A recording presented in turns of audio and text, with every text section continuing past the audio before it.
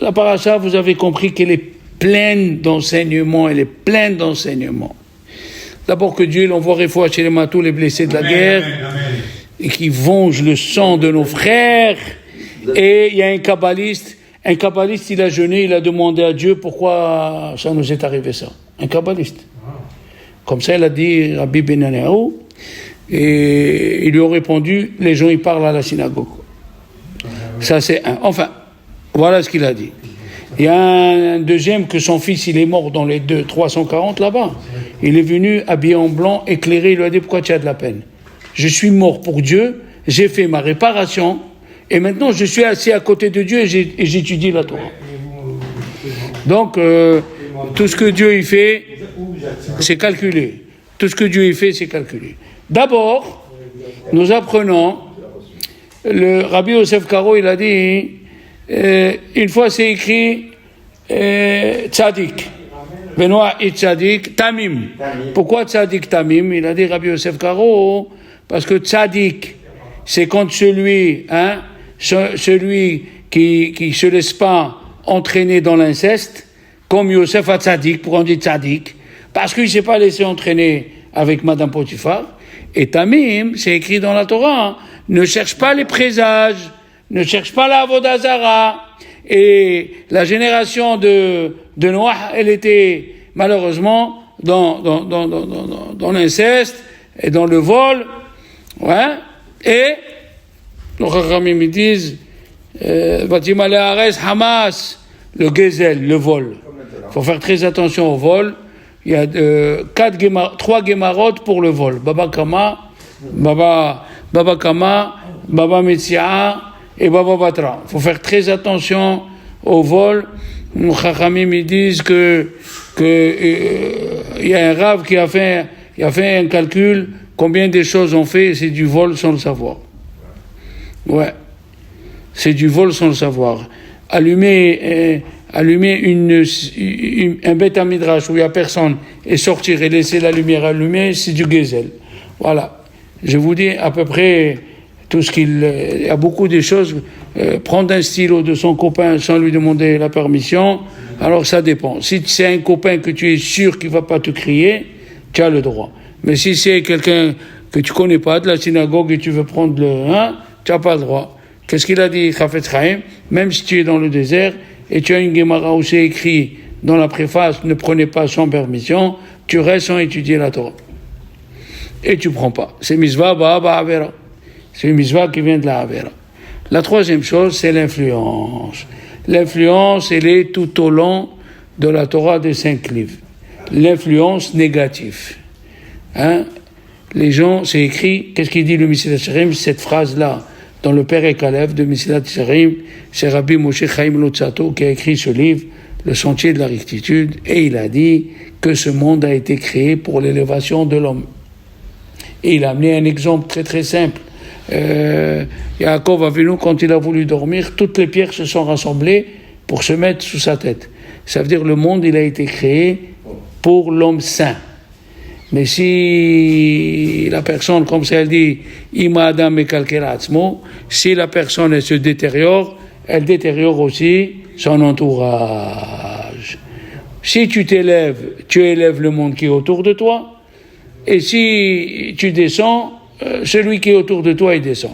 J'ai dit ça à un élève, je lui ai dit, fais Birkat Amazon à haute voix chez toi, à haute voix. Tu fais Birkat Amazon à haute voix et tu le dis à personne. Il a dit, après 3 mois, tout le monde faisait Birkat Amazon à haute voix. Sans faire, sans dire, sans rien, c'est une influence. L'influence, elle est très très grande. J'ai dit à un élève, par exemple, tu rentres à la synagogue, ça te vient à la tête de jouer aux cartes? Non. Tu rentres dans un bar minan, tu as envie de jouer aux cartes. C'est l'influence. Là où tu es, c'est l'influence. Jusqu'à que Rambam il a dit, écoutez bien, c'est de là-bas qu'on a sorti, dis-moi avec qui tu parles, je te dirai qui tu es. Voilà. L'influence. L'influence de la personne avec qui tu parles. Si tu parles avec des gens, tu dis Matzah Shmura, lui à peine s'il met Tfilin, tu lui parles de Matzah Shmura, il te dit allez laisse-moi tranquille. Laisse-moi. Mais si tu es au contact des rabbins qui étudient toute la journée, tu vas voir que Matzah Shmura c'est quelque chose de normal. Tu n'as pas besoin de faire d'efforts. Il y a des gens que ça fait 20 ans, ils mangent Matzah Shmura, Baruch Hashem. Tout ça, c'est l'influence. Qu'est-ce qu'il a fait Avraham Avinu? Avraham Avinu, où il a installé sa tente dans le désert. Pourquoi pas à côté de Sedom Va'amora? Non. L'autre, il est parti à Sedom Va'amora, il a été influencé, malgré qu'il a reçu les malachim, il a reçu les malachim à la maison, mais qu'est-ce qu'il a dit aux gens de Sedom? Pourquoi vous voulez détruire et tuer mes invités? Prenez mes 2 filles et faites-leur ce que vous voulez. L'influence. Eh oui, mes amis. L'influence. C'est pour ça que Dieu nous a mis à part. Am levada dishkon. On est un peuple qu'on vit à part. On ne peut pas se mélanger à cause de la mauvaise influence. On a notre endroit où prier, nos synagogues. On a notre cimetière, il est à part. On a nos restaurants, ils sont à part. Nos pâtisseries, ils sont à part. On est tout à part. On ne peut pas. Tu peux vivre parmi les goïms, mais tu ne peux pas te mélanger. Qu'est-ce qu'il dit à Rambam? Si toute la ville, c'est des gens qui ne suivent pas la Torah, eh bien, quitte et va habiter dans le désert. Comme ça s'écrit, va habiter dans le désert. Et pourquoi nous, on est à Marseille encore? Et on dit, les rachés yeshivot, la yeshiva, c'est le désert. La yeshiva, c'est la teva de Noah. Tu viens à la yeshiva et tu écoutes les drachot des rabbanim qui te font monter vers le haut. Pas qui te font monter vers le bas. Donc, on voit encore, Yaakov Avinu, quand il est venu s'installer à Shechem, c'est écrit qu'il a acheté un bout de terrain et il a fait Erobit Avchelim, il a mis des barrières. Il a posé la question, le grand devina, pourquoi quand ils étaient dans le ventre, Yaakov et Esav, ils étaient dans le ventre, et quand ils passaient par un Beth Midrash, Yaakov, il voulait sortir. Pourquoi? Voilà, c'est écrit dans le Zohar, pas dans le Zohar aussi, dans la Gemara de Nida, que quand le bébé il est dans le ventre de sa mère, il y a un ange qui étudie avec lui la Torah. Pourquoi tu veux sortir si tu es un ange? Parce qu'il était son voisin, Esav. Même si tu es un ange, si dans le ventre tu es avec Esav, dans le même placenta, il vaut mieux partir. La mauvaise influence. Qu'est-ce qu'il a dit Rabbi Ovadia Yosef, Zichron Bracha, c'était hier, là, Askara, Rabbi Yitzhak Yosef, il a dit raconter qu'il avait 3 frères et 2 sœurs qui n'étaient pas religieux. Il a dit, il les connaît même pas. Il nous a jamais laissé aller les voir. Ah ouais. L'influence. Faut pas aller. Ah, c'est ta famille. Eh bien, le moins possible que tu peux le voir, mieux pour toi et tes enfants. Mieux pour toi. Ah, ma sœur, mon frère. Non, si elle n'est pas dans la Torah, c'est plus ta sœur. C'est plus ta sœur, c'est plus dans la rue, bonjour, au revoir. Mais de rentrer dans la maison où ils mangent tréfa, où le mari il est goy et tout ça, non, c'est pas pour toi.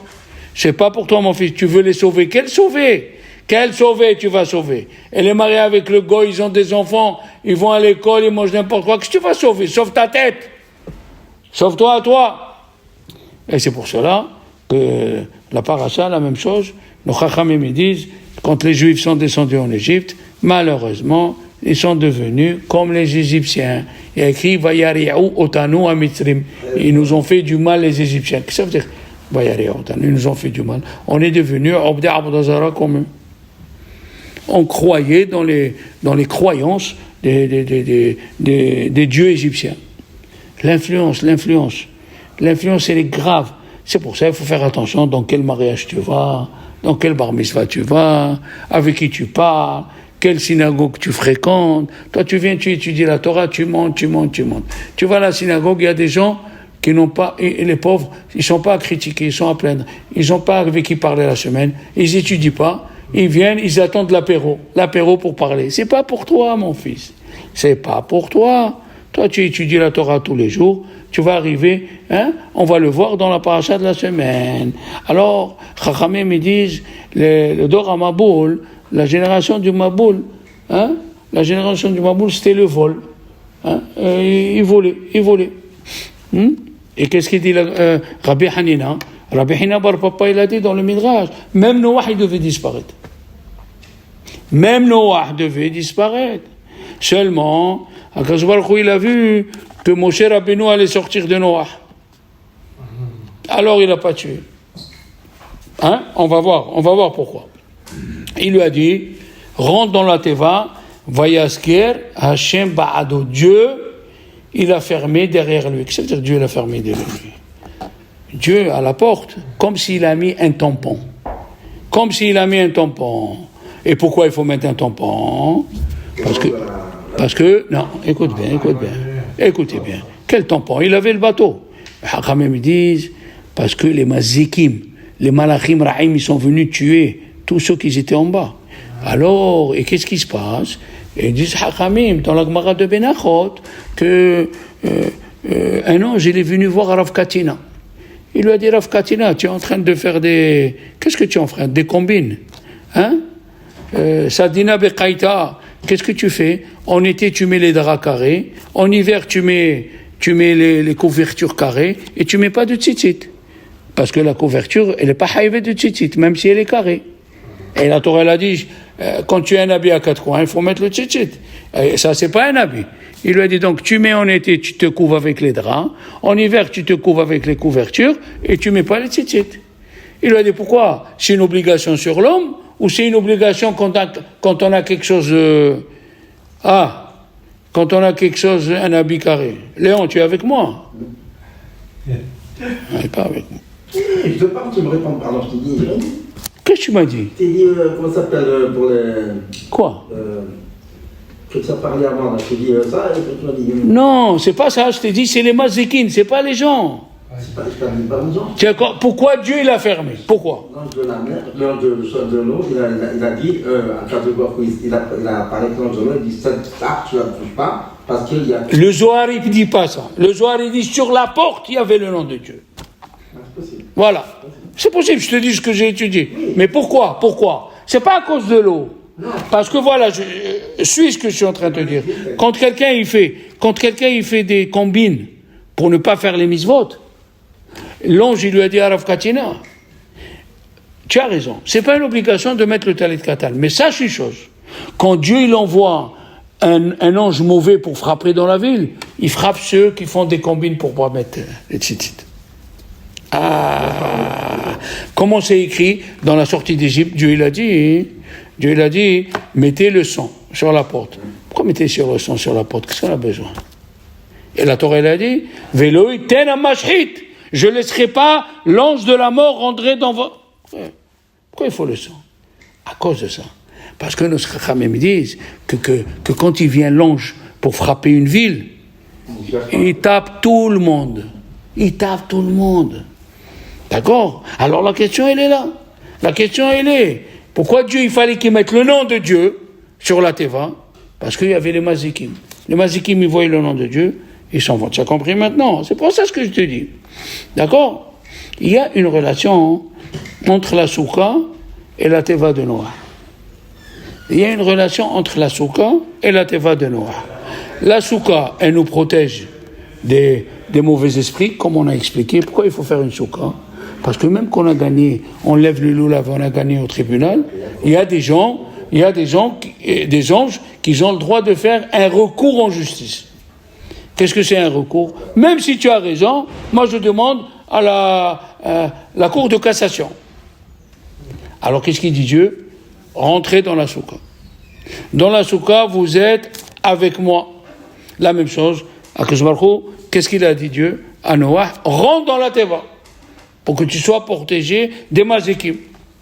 D'accord? Comme ça, il dit le Shem Ishmael que la souka, c'est comme le Beth Amikdash.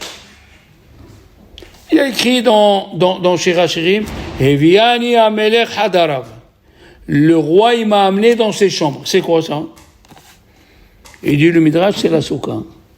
Quand tu es dans la chambre du roi, est-ce que tu as peur de quelque chose? Il a dit, les Chachamim, ils ont dit que dans la souka, il y a le nom de Dieu. 2 noms de Dieu. Comment on le sait? Parce que souka, la Gematria, c'est 91. Et Havaya, Léon, et Adnout, Havaya et Adnout, ça fait 91. D'accord? Mamash, Qu'est-ce qu'on dit à Simchat Torah? Nagila eviani amelech hadarav, Nagila venismeha bach. Quand tu es dans la chambre du roi, alors tu as le droit d'être heureux avec Dieu. La Torah elle nous dit aussi les mesures de la Teva. À quoi servent les mesures de la Teva? Pourquoi il nous dit 300 amot sur 50 amot et 30 amot? Mais le Ramban il dit, même 10 tevot comme la Teva de Noah ne suffisent pas à mettre les animaux que Dieu lui a dit. Alors pourquoi tu nous donnes... Tu as compris ce que je veux dire? Pourquoi tu nous donnes la mesure? Ah, il disait Chachamim, le Ramban il a dit même 10. Il a dit parce qu'Akadosh Baruch Hu, il a donné les mêmes mesures comme il a donné les mesures au Mishkan. Qu'est-ce qu'il a dit? 20 poutres de ce côté, 20 poutres de ce côté et 10 devant. Et alors, la Torah elle a dit, dans le prophète c'est écrit, mais le ciel, les cieux et toute la terre ne peuvent pas contenir Dieu. Pourquoi tu donnes des mesures? Ah, je donne des mesures parce que moi je veux habiter ici. 20 et 10, ça fait 50. C'est les 50, j'ai Arébina. D'accord? Alors dans la Teva aussi, je donne des mesures parce que je sais pourquoi. Je donne les mesures pour habiter là, même que s'il y a, même cette Teva, même si elle était multipliée par 10. D'accord? Parce que Dieu, il va habiter dans le Mishkan, oui? Comme il a dit le Al-Shir, Veshachatim betocham. Je vais résider dans le Mishkan. Alors Dieu, il va être aussi dans la Teva. Donc on fait la comparaison entre la Teva et le Mishkan et la Souka. Regarde comme c'est extraordinaire. Hein? Même si c'est écrit à Shamaim ou Shemei Shamaim Lechel Kolocha, mais Dieu il a dit je veux là. Alors maintenant la question elle est Léon. La question elle est Alain. Comment on appelle un bateau en hébreu? Onia. C'est fina. Pourquoi tu dis Teva? Le Zohar il pose la question. Pourquoi tu dis le mot Teva? Il a dit Teva, il y a le mot Bet et la maison de Dieu. Ah, ça change. Hein? Ça change. C'est écrit chez Toulim Bevet Hashem. Qu'est-ce que c'est? Ils sont plantés dans la maison de Dieu. Chez Toulim Bevet Hashem, c'est Noah. Pourquoi? Noah, il a planté les cèdres, comme il a fait Yaakov. Yaakov a venu, il a planté les cèdres pour le Mishkan. Eh bien, Noah, pendant 130 ans, il a planté des cèdres qu'il a arrosés pour construire la Teva. Donc, il y a une relation entre la Teva et le Mishkan. Hein? Comment, Akadosh Baruch Hu, il y a Teva, c'est Bet Hashem, comme le Bet Hamikdash. Comment on le sait aussi? Au Bet Hamikdash, à la fin du Pirkei Avot, qu'est-ce qu'on dit, Léon? Velo istriyah besar hakodesh me'olam. La viande que les gens ils amenaient, elle n'a jamais pourri. Il n'y avait pas de mouche et ça n'a jamais pourri. Il n'y avait pas de frigidaire, ouais? Eh bien, la viande dans la Teva de Noah, il dit le Zohar, elle n'a pas pourri. Il lui a dit, fais rentrer à manger pour toutes les sortes d'animaux. Hein? Il a fait rentrer à manger et la viande, elle n'a pas pourri. Il y avait la viande. Hein? Noah, c'était spécial. Donc tout, regardez, moi j'appelle ça la fiche d'état civil. À la fin de Bereshit, il y a écrit celui-là il est né, il a enfanté, celui-là il est né, il a enfanté, fiche d'état civil. D'accord? Voilà. La question elle est, c'est écrit là-bas. Vaïhi les mères, il a vécu les mères Violette Ben. Il a enfanté un enfant et il a appelé. Et quand il est venu Noah, il a écrit, d'abord il a eu un enfant, et il a appelé, après il a appelé Noah, il y a un passou contre les deux, et il a dit, Zeyinahamenu mima'asenu. Celui-là, il va nous consoler de nos mauvais actes. Qu'est-ce que ça veut dire? Il va nous consoler. C'est quoi il va nous consoler? Écoutez bien. Adam Rishon, il est né avec la Mahoul. Il n'avait pas besoin de faire la mila, d'accord, les enfants? Adam Rishon. Ouais. Mais, après Adam Rishon, malheureusement, quand il a fauté, il a eu le prépuce qui a grandi. C'est ça la orla. C'est pour ça que chacun de nous, on lui coupe la orla, et ils disent les chachamim dans le Zohar, que la orla, elle enlève l'envie d'aller chez des femmes. On a envie pour notre femme, mais on n'a pas envie d'aller chez les autres, en coupant la rola. Après, toutes les générations qui sont venues, ils avaient la rola, l'excroissance, la chair excroissante du prépuce. Qui c'est qui est né sans... Qui c'est qui est né Maoul? Noah, il dit le Zohar. Noah, il est né Maoul. D'accord? Comme ça, il dit la Gemara dans Sanhedrin. Et alors, qu'est-ce qui s'est passé? Il dit, le Rav, Pané Araza. Le mot Pané Araza, ça veut dire, il te découvre des allusions du Zohar. Jusqu'à Noah, Claude, les gens, ils naissaient les doigts fermés. C'est impossible de vivre comme ça. Comment tu veux prendre une pelle? Comment tu veux...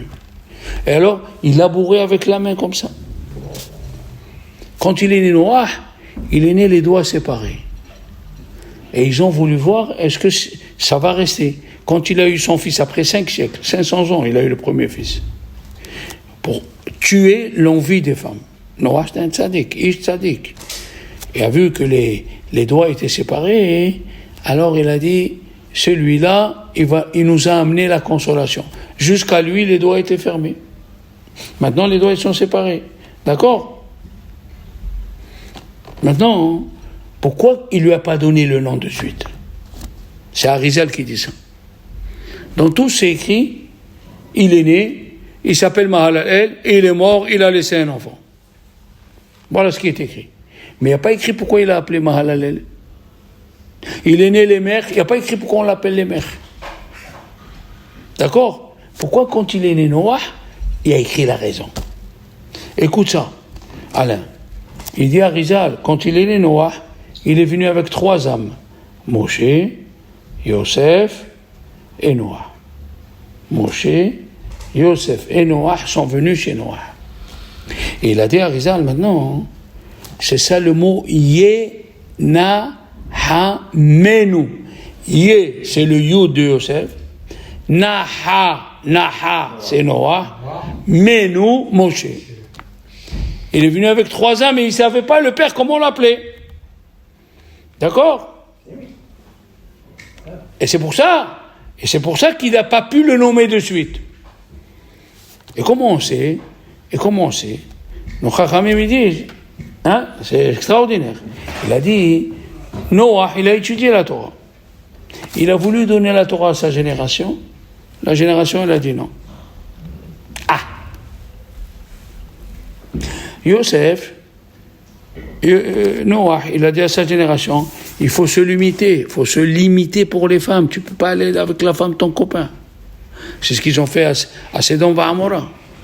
Et Yosef, qui s'écrit, il a limité les enfants d'Israël grâce, quand il s'est dominé de ne pas dormir avec Madame Potiphar.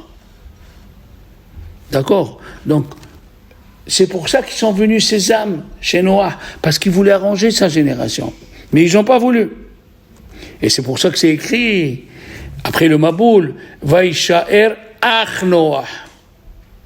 Il est resté que Noah. Et pourquoi tu me le dis? Alors on ne le sait pas.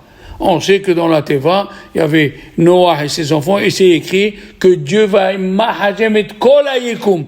Dieu, il a détruit tout. Alors si tu as détruit tout, pourquoi tu me dis il est resté Noah? Ça veut dire les 2 âmes, Moshe et Yosef, ils ont quitté Noah. Ah, pourquoi? Aussi, Noah, sachez-le, qui n'a pas fait son boulot. Ah, il n'a pas prié. Au moins prié. Comme quelqu'un, tu prépares quelqu'un, comment ça s'appelle en français, le sport où il lève les poids lourds? Haltérophile, kol hakavod. Tu prépares quelqu'un, et dans la salle d'entraînement, il lève 400 kilos, et quand il arrive à la compétition, il peut pas lever 50 kilos. Dieu, il a donné à Noah de prier pour sa génération. Et il n'a pas prié. Et le Zohar, il dit pourquoi il n'a pas prié? Si Noah est un tzaddik, si Dieu lui a parlé, pourquoi il n'a pas prié? Parce qu'il a vu que les âmes, ils n'étaient pas finis. Les âmes, ils étaient pourrites. Mais quand même, fallait prier. Pourquoi? On a vu Abraham Avinu. Abraham Avinu a prié sur Sedom Va'amora. Il a sauvé les enfants de Korah. Et les enfants, ils ont eu plein de petits-enfants. Alors, il n'a pas fait son devoir. Et c'est pour ça, qu'est-ce qu'il a dit Noah? Il a dit Noah, ils ne veulent pas retourner à la Torah. Qu'est-ce qu'on dit en français? Après moi le déluge. Ça vient de Noah. Après moi le Noah. Qu'est-ce qu'il a fait Noah? Quand il a fini, quand le Maboul il s'est fini, il s'est mis à la porte. Dieu lui a dit sors. Il fallait qu'il attende l'ordre de Dieu de sortir. C'est Dieu qui lui a dit d'entrer. Il devait attendre l'ordre de sortir. Et il a vu Qu'est-ce qu'il a vu, les enfants? Il a vu les crânes, des millions de crânes. Des millions et des millions de crânes. Et Dieu, il lui a dit, et qu'est-ce qu'il a fait, Noah? Il a vu ça, il a fait un korban. Il a dit, pourquoi Dieu m'a dit, dans les animaux impurs, 2 par 2, et dans les animaux purs, 7 par 7. Ça veut dire que Dieu veut que les animaux purs, ils se multiplient. Alors il a pris, il a fait un korban. Et Dieu, il a senti ce korban. Il a dit, Dieu, je jure de plus amener le Maboul. Alors Noah, il a dit à Dieu, alors pourquoi tu l'as amené? Puisque tu jures de plus l'amener. Il lui a dit, Ra'ya Shatia, espèce de berger fou. Pourquoi tu n'as pas pris? Ça veut dire qu'il ne faut pas se fier à ce que tu vois. Il ne faut pas se fier, on a déjà parlé de ça. Le prophète Hiskiyahu, ils lui ont dit pourquoi tu t'es pas marié? Il a dit j'ai vu que je vais avoir des enfants Rechaim, mais il a oublié qu'ils vont faire teshuva. Ça veut dire, même si tu lis, je vais aller plus fort, hein, même si tu lis dans la Gemara de Rosh Hashanah que à l'année il a tout est fini et on attend au Shana Rabbah pour donner les feuilles aux anges, même si tu as pris au Shana Rabbah, tu ne dois pas te dire la prière elle peut tout casser. Comme ça, elle a dit Rabbi Shimshon Raphaël Hirsch. La prière, c'est écrit Tza'aka, crier vers Dieu, c'est bien avant le Xardin et c'est bien après Xardin. Ça veut dire même après le Xardin, tu peux enlever. D'accord? Et on dit que Noah, il croyait Ma'amin ve'eno Ma'amin. Jusqu'à que les eaux ils sont montés jusqu'aux genoux, là il est rentré dans la Teva. Il croyait sans croire. Comment il croyait sans croire? Alors s'il ne croyait pas, comment Dieu lui a parlé? Il a fait la Teva. Voilà. Il a dit... mais alors, c'est ça la question. Si Dieu lui parle, comment on dit? Rachid dit Ma'amin ve'eno Ma'amin. Comment eno Ma'amin? Il a dit Noah, il était sûr que Dieu, tout ce qu'il fait, c'est pour avertir les gens, mais il ne va pas les punir. Il croyait que c'était rigolade. Pas rigolade, avertissement. Ma'amin ve'eno Ma'amin. Et pour ça que c'est écrit, écoutez bien, c'est écrit dans la paracha, tu vas voir, et Léon, c'est écrit au début, Dieu il a amené la pluie, et après il a amené le Maboul. Alors, le Maboul c'est la pluie ou la pluie c'est pas le Maboul? C'est quoi ça? Dieu au début il donne toujours à la personne de se rattraper. D'abord il a amené une pluie fine. Il a dit peut-être les gens, ils vont faire tchouva. Et quand il a vu qu'il n'a pas fait teshuva, que les gens n'ont pas fait teshuva, alors il a amené le Maboul. Il a amené le Maboul. Parce que tu dois te poser une question. Écoute bien. C'est quoi cette phrase, d'après vous? C'est quoi cette phrase? Dieu lui dit, fais une teba. Première question. Pourquoi il ne lui a pas dit, va en Israël? En Israël, il n'y a pas eu le Maboul. Pourquoi il ne lui a pas dit, va en Israël? Pourquoi il lui a dit, fais une teba? 1.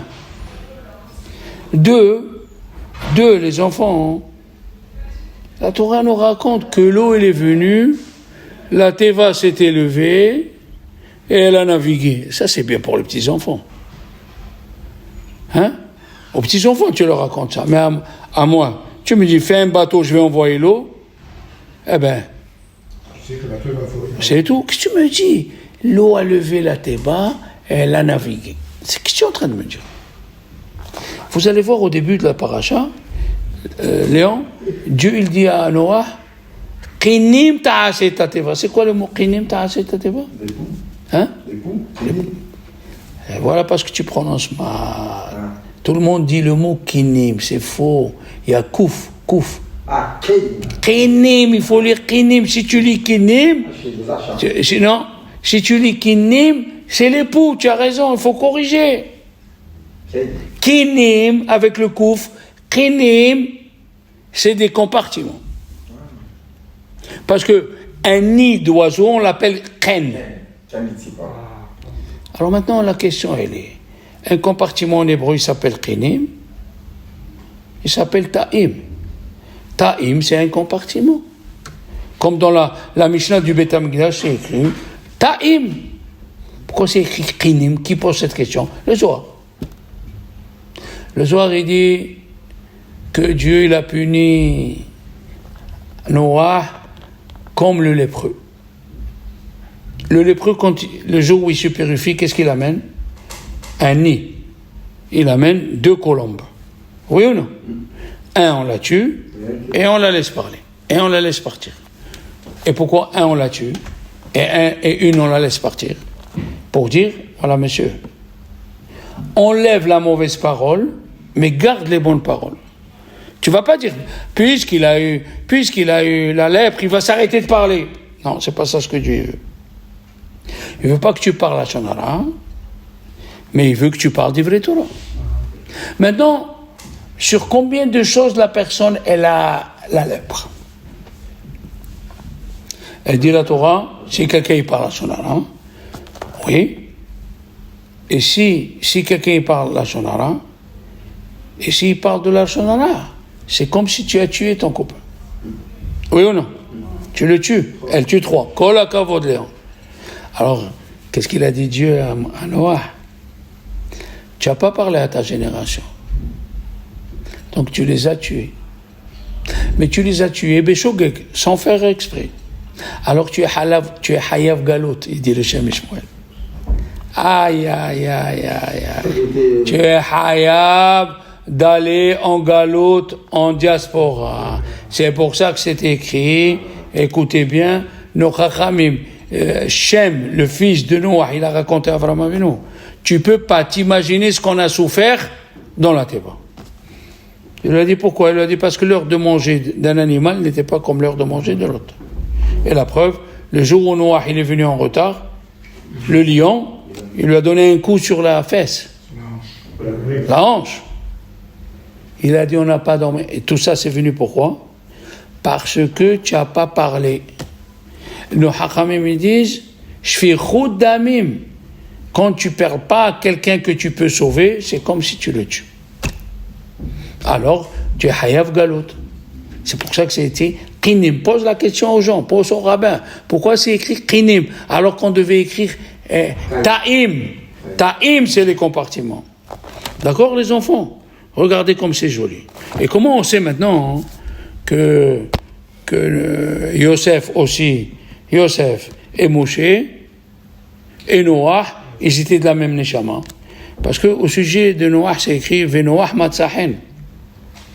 Qu'est-ce qu'il a dit Moshe quand il s'est mis à prier? On le dit le jour du Ta'anit, Imatzati hen be'enecha. Et Yosef aussi, c'est écrit Ve Yosef nosehen be'ene Adonav. Les 3 ils ont hen. Parce que tous ils sont venus chez Noah et là. Maintenant, Moshe Rabbeinu, comment on sait? Ouais, comment on sait que Moshe Rabbeinu, hen c'est Noah, exactement.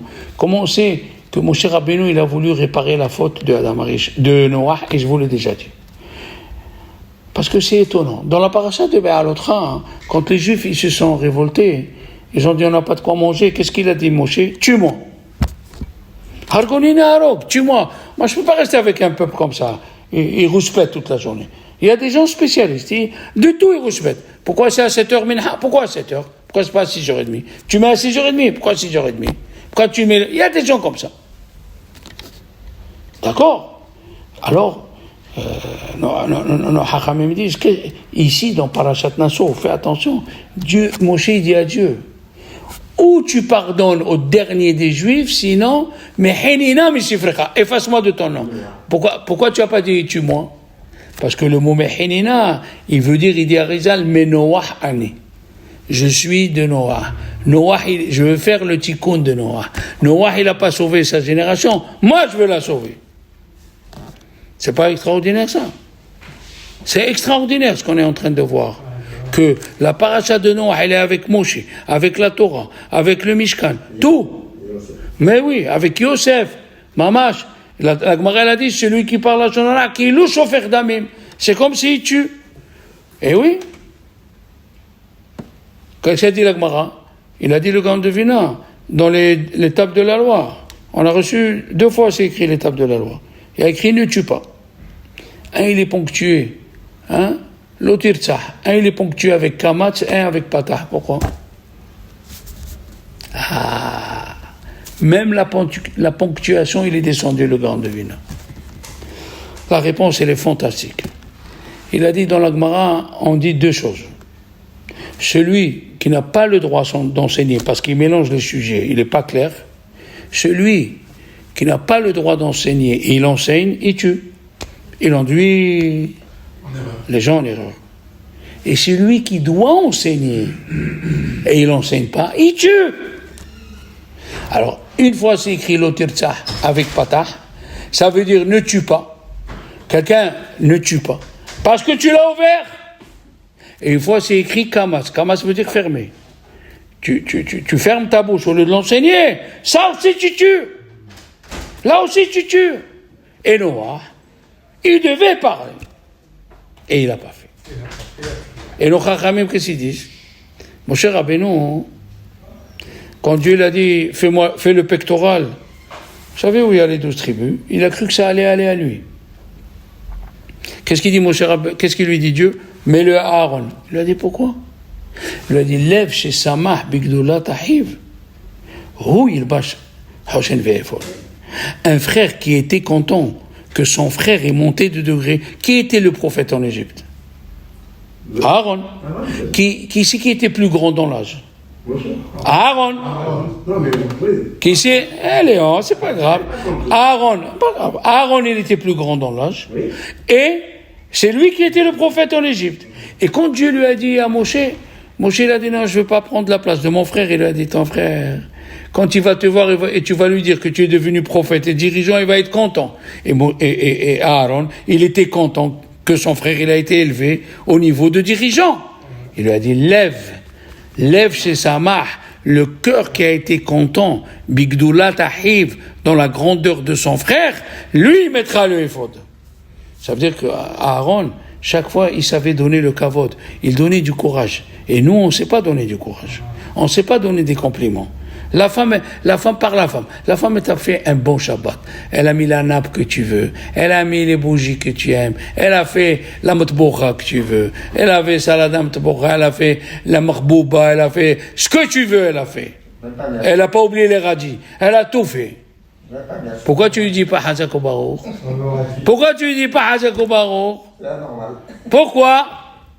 Tu as ton petit-fils, il vient te voir. Il se met à côté de toi, il fait Birkat Amazon. Il veut te montrer qu'il sait faire Birkat Amazon. Il faut avoir des bonbons à la maison. Pas être radin, non? Il faut avoir des bonbons, des chewing-gums pour l'encourager. Hein? Il y a même un rabbin ici à Marseille, il donnait 20 € par jour à des petits-enfants pour qu'ils viennent étudier. 20 € pour les encourager. Vous vous rendez compte? Il faut encourager. Comme ça, il nous a appris Rav Rumi. C'est comme Bracha.